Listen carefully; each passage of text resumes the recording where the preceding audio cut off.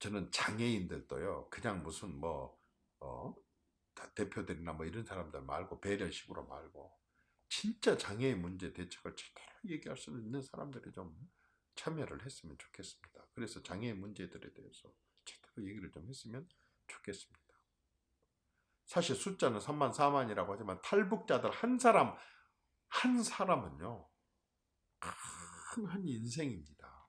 탈북자 문제에 대해서도, 또 탈북해온 사람들을 통해서 앞으로 우리가 통일된 뒤에 어떻게 북한 주민들을 맞이하고 또 그 사람도 혼란을 줄일 수 있을까 하는 준비를 할 수 있지 않겠습니까?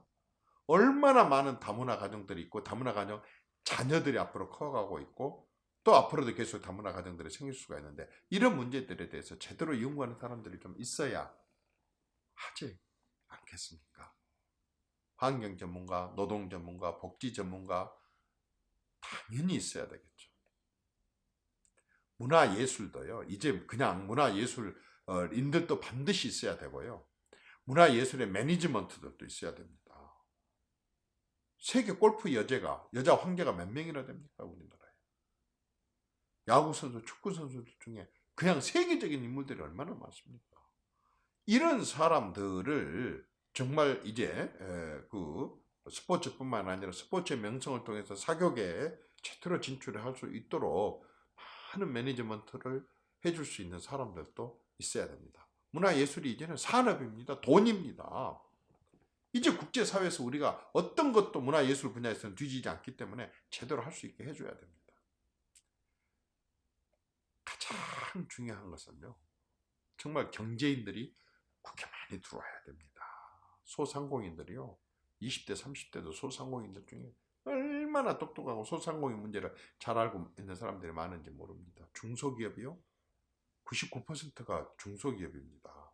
이 중소기업을 제대로 얘기할 수 있는 사람, 와갖고 다른 얘기 말고 중소기업 문제를 국회 내에서 법에 대해서, 예산에 대해서, 규제에 대해서, 정책에 대해서 제대로 얘기를 할 수 있는 사람들이 들어와야 되는데, 3명, 5명 들어와갖고 되겠습니까?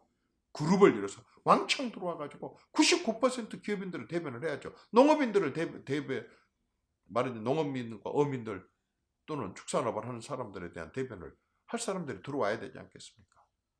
중견기업이 얼마나 중요한지 잘 아시지 않습니까? 중소기업보다는 더 크고, 대기업은 아니지만은 자본도 많고 좋은 인재들도 많고, 그래서 많이 부도가 나서 없어질 수 있는 또 좋은 기술을 갖고 있는 기업들을 M&A 해서 제대로 나라에서 품고 이렇게 할 수 있는 기업들이, 중견기업을 대표하는 사람들이 들어와서 중견기업 정책에 대해서 얘기를 해야 되지 않겠습니까? 대기업이 재벌로서 재벌이란 평을 들으면서 문제들도 많이 있지만, 대기업은 우리나라의 큰 자산입니다. 어디서 우리나라가 국제 경쟁을 할 수 있겠습니까? 이런 대기업들을 키워감에 있어서 개선은 개선대로 해나가고, 또 대기업을 육성은 육성대로 해나갈 수 있는 방법은 없을까? 대기업들이 자기들이 마음껏 실력 발휘를 해서 국제사회에서 글로벌 경제에 뒤처지지 않게 할 수 있게 뒷바라지 해줄 수 있는 방법은 없을까? 하는 것에 대해서 당사자들이 직접 국회에 들어와서 얘기를 할 수 있도록 한 50명 정도 경제인들이, 아까처럼 대기업, 중견기업, 중소기업, 소상공인들과 그것이 미시 경제를 제대로 판을 볼 수 있는 사람들이 들어와서 좀 국회에서 제대로 경제들을 논의하게 된다고 한다면 정말 미래를 위한 정치를 할 수 있을 겁니다. 제발 과학자들 좀 들어왔으면 좋겠습니다. 나 과학 모릅니다. 제가 지금 정치권에 36년 있고 국회의원을 지금 거의 10년 넘게 하고 있습니다만은, 저는 과학 문제가 나오면 솔직히 말해서 잘 모릅니다. 저뿐만이겠습니까? 다른 사람들도 다 과학 잘 모르는데, 진짜 과학자들이 좀 많이 들어와서 대한민국에 정말 제4차 산업혁명에 맞게 성장해 나갈 수 있도록 그렇게 좀 다양하게 들어왔으면 좋겠습니다. 그래서 제가 말씀드리는 게, 현장 경험 있는 전문가들과 젊은 사람들과 그리고 여러 분야 사람들이 들어와야 된다는 것입니다. 20대, 30대, 40대가요 180명, 60%가 돼도요, 나머지 120명을 50대, 60대, 70대, 80대가 하면 충분히 할 수 있지 않습니까? 그런데 지금 국회는 어떻게 구성되어 있습니까? 그렇게 구성되어 있지 않습니다. 20대는 한 명도 없고, 30대 3명은 각 당별로 나눠져 있고, 40대도 거의 없습니다. 거기다가 선수가 낮으니까 당직에도 잘 끼지도 못하죠.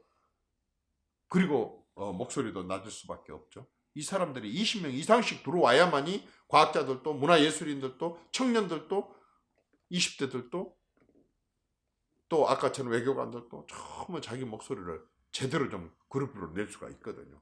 이제는 국회가 이렇게 좀 전문화돼야 됩니다. 세분화돼야 됩니다.